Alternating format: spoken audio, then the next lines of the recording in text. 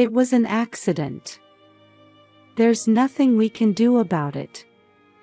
My husband wouldn't accept my plea after I miscarried due to being tripped by my mother-in-law, who was living with us. Even though I could no longer bear children. I hope it's born healthy. 3 years later, my mother-in-law joyfully celebrated my sister-in-law's pregnancy. Treated like a servant every day, my spirit was completely worn down at the time. However, after this, an unexpected turn of events reversed all circumstances, greatly changing my life. My name is Kristen. I married Scott, who was 3 years older than me, when I was 25. We had attended the same university, and I fell in love with him at first sight. After pursuing him relentlessly, he finally noticed me, proposed, and we got married. I was on cloud 9, looking forward to a life with my beloved Scott, who was handsome and kind. But little did I know then that this would be the beginning of difficult days. The first challenge came right after we tied the knot. About our new home, it's okay if we live with Mom, right? Dad's passed away, so she'd be alone otherwise. I was taken aback by Scott's sudden proposal. Before marriage, I had been living alone, but he had been living at home. I had assumed we would look for a new house to live in together. Huh? Aren't we going to live by ourselves? Actually, Mom told me that if we were to get married, living together was a prerequisite. I never heard about this. I blurted out in shock at my husband's sudden confession. Apparently, he had already made an agreement with his mother to live together without my knowledge. This alone was hard to accept, but there was another problem. It seemed that my mother-in-law didn't like me very much. During our first meeting and at the wedding, she only spoke to me when absolutely necessary and occasionally gave me cold looks. I wasn't confident I could get along with a mother-in-law in such a state. However, my husband didn't seem to understand my concerns at all. What's the problem with living together? Don't worry, you'll get along well with Mom. When my beloved said this with a big smile, I couldn't respond. And so, I ended up living in Scott's family home, pushed by his optimistic attitude. But as I had feared, my concerns came true. Sigh. Your cooking isn't very good, is it? To spend so much time making such tasteless food. But it took so long because you forced me to clean in the middle of cooking. Are you talking back? Just because you're young and my son likes you, don't get cocky. You incompetent girl. It seemed my mother-in-law was jealous of me, her son's wife.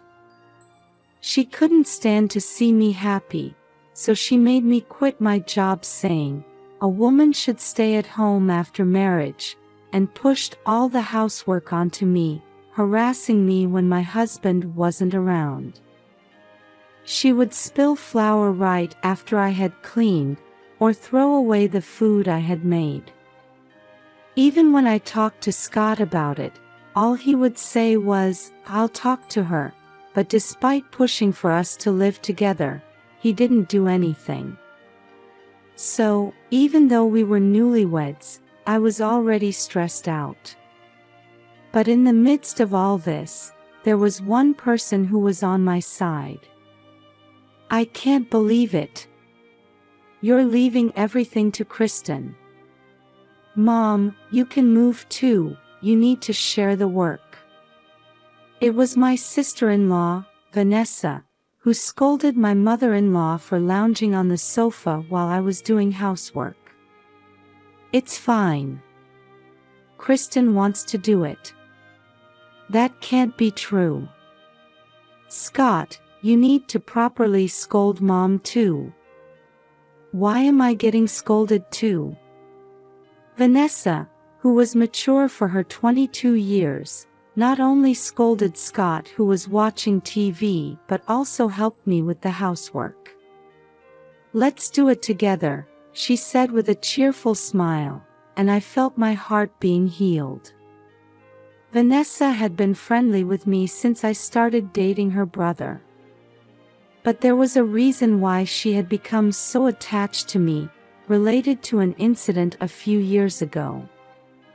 That day, Vanessa was heading to her final interview at her first choice company during her job hunt, but the train was delayed. When I happened to see her looking lost at the station, I drove her to the venue. After that, she successfully got the job offer and started working at that company, and she became even more fond of me. "I'll always be on your side." Vanessa's carefree smile was one of the reasons I could endure these lonely days. However, a few months later, a big incident occurred that even her support couldn't help. "Honey, I'm pregnant." One day, feeling something off about my body, I went to the hospital and called Scott with the exciting news. Having children had always been my dream. "That's great. So I'm going to be a dad." Hearing Scott's happy voice on the phone, my heart was filled with joy like never before. Despite my worries, I still loved my husband at that time. Just thinking about raising a child together with him made my heart flutter. Surely now Scott will pay more attention to our family. However, even at this point, my mother-in-law seemed to resent my happiness. I wasn't expecting much, but when I told her about the pregnancy, she just nodded indifferently. There was no consideration for my condition. Rather, she started making me go shopping at distant stores and carry heavy furniture, increasingly burdening me. Then, on a day when my belly had grown quite big, it happened. "Geez. You're so slow, you're in the way." My mother-in-law, more irritated than usual, suddenly pushed me from behind. As a result, I lost my balance and hit my stomach hard on the corner of a table. Ouch! At that moment, I was struck by a pain I had never experienced before. With a bad feeling, I called an ambulance myself and headed to the hospital, leaving my mother-in-law who had fled to her room. The test results were horrific, something I wanted to turn away from. Not only had I miscarried due to the impact, but I had also become unable to have children. "Because of you, I can never meet my baby again. How are you going to take responsibility for this?" When I returned home, I confronted my mother-in-law, crying in shock. If only she hadn't done such a thing, I might have been able to meet my child in good health. "It's your fault for being so clumsy, isn't it? How cowardly of you to blame others." But my mother-in-law didn't even show a hint of apology and continued to hurl abuse at me. And what shocked me the most were my husband's words after I explained the whole situation. "I understand you're sad, but it was an accident, right? There's nothing we can do about it." He didn't even try to accept my tearful plea. Even though I could no longer hope for children, why did my husband think he could dismiss it as unavoidable? Was his joy over the pregnancy a lie? Let me tell you, don't even think about something stupid like divorce. If you leave, I'll bring Vanessa back to take care of the housework." After Scott returned to his room, my mother-in-law drove the nail in, as if to further crush my despair. Honestly, divorce had crossed my mind, as she said, but I couldn't let my dear sister-in-law go through these days. When Vanessa learned about the miscarriage, she naturally scolded my mother-in-law, but even her voice was no longer a comfort to me. As if she had given up, Vanessa's visits gradually decreased. I want Vanessa to be happy. With all hope taken away and despairing for the future, I just mechanically went about doing household chores as ordered by my mother-in-law.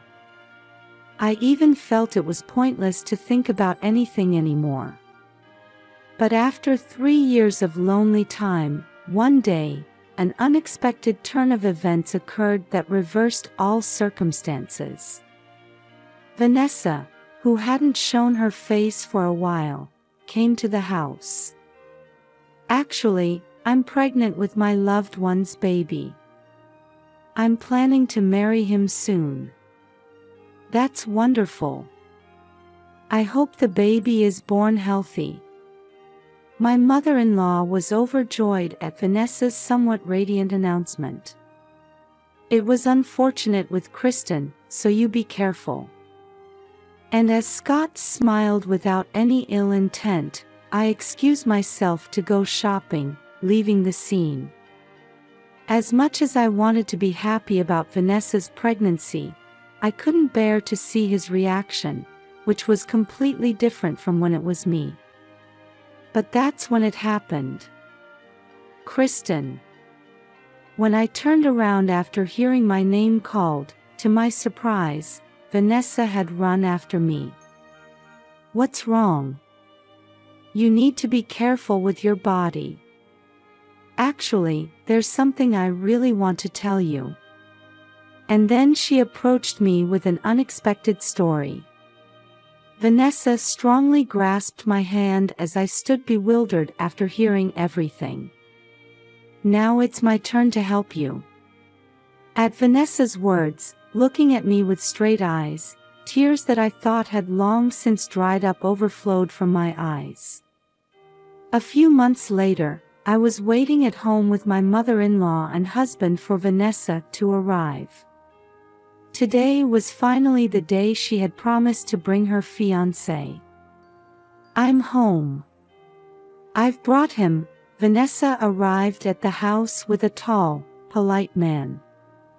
And the next moment, Scott stared at the man with wide eyes. "Huh?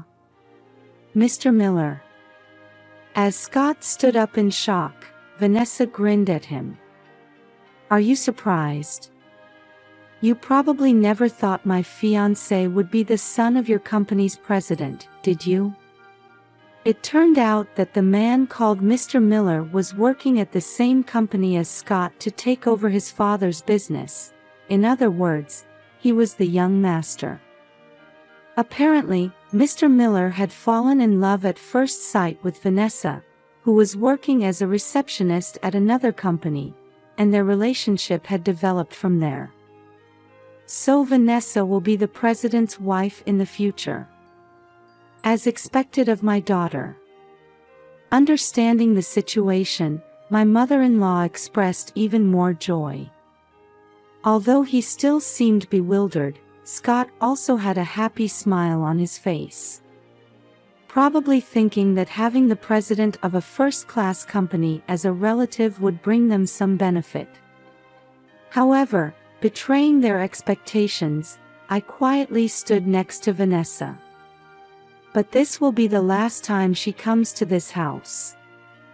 My mother-in-law and Scott gaped, unable to grasp the situation. The truth is, at this point, Vanessa and I had already made a certain decision. "Huh? Don't say such selfish things. You were just ignoring it, but Vanessa has always been angry about what's been happening. A few seconds later, I glared coldly at my mother-in-law, who had shouted as if coming to her senses. Then Vanessa stepped forward and began to reveal her true feelings in a low voice. "I've been warning you about how you treat Kristen, but since it seems your personality won't change, I'm cutting ties with you." On that day when Vanessa stopped me, she told me about a certain plan. For these 3 years, she had been worried about me and was plotting to somehow free me from my mother-in-law. The reason Vanessa stopped coming home was that she had given up on trying to make my mother-in-law and Scott, who showed no signs of remorse, change their ways. However, she was trying to rescue me with a different strategy. And that plan was to cut ties with her family home, including me, on the occasion of her marriage. Don't tell me you're still holding a grudge about the child. Of course. What Mom did to Kristen is absolutely unforgivable. I was speechless with Scott, who was standing there dumbfounded after being admonished by Vanessa. What on earth did I fall in love with in this man before we got married? That's all made up. I didn't do anything. You're being deceived by this woman. Despite being told so much by Vanessa, my mother-in-law, refusing to admit her faults, pointed her finger at me.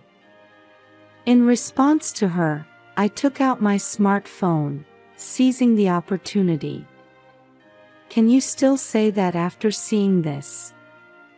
Finally closing her mouth in shock at the video being played, my mother-in-law. It was evidence footage of harassment that I had been collecting for several months since hearing about Vanessa's plan. Thanks to her, I found courage. I'm submitting this to a lawyer and divorcing Scott. Vanessa gave me an unchanged smile as I strongly declared this.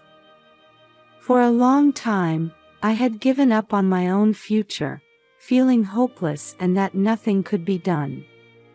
However, thanks to her reaching out to me, I was finally able to take action to carve out a bright future for myself. Divorce? No way. I refuse. By the way, we know what you did too. Vanessa sharply cut off Scott, who had started to throw a tantrum. As if he had a guilty conscience, he stiffened in surprise. And as if this was a signal, Mr. Miller, who had been quiet until now, started to explain the situation, saying, "We did a little investigation at the company." According to him, Scott's self-centered attitude was the same at work. He harassed subordinates who didn't do as he wanted, bullied colleagues he didn't like into resigning, and these misdeeds came to light with just a little digging by Mr. Miller. Apparently, this had already been reported to his father, the president, and there was already talk of firing Scott. No way. Divorce and getting fired from work is impossible. How am I supposed to live without a job or family? Realizing the gravity of the situation, Scott turned pale and cried out in anguish. Seeing him collapse, my mother-in-law also started to panic. "Please, both of you, don't say such strange things.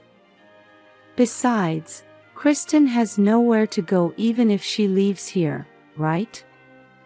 It's already decided that Kristen will be employed at his company. Mom, give it up." At Vanessa's merciless words, both of them turned their gaze to me. "Come on, reconsider. We're husband and wife, right? If things stay like this, we won't be able to live. Help us, Kristen." I sighed deeply at the two desperately clinging to me. In the end, They just wanted to use me for their own benefit until the very end. There was no reason for me to lend a hand to such people. This is all the outcome you brought upon yourselves. Don't make me laugh by asking for help now." And so, I shook them off and left the house with Vanessa and Mr. Miller. After that, I successfully divorced Scott. With the evidence I had gathered, it was determined that the treatment I had received was terrible, and my mother-in-law was ordered to pay $30,000 in compensation. And as Mr. Miller had said, Scott was fired from the company. My mother-in-law and Scott, who had been living on inheritance and pension, are now living in poverty together, I hear. On the other hand, Vanessa cut ties with her family home and is now happily married to Mr. Miller. I also continue my relationship with her, have returned to society, and am now living a fulfilling life. From now on, I want to live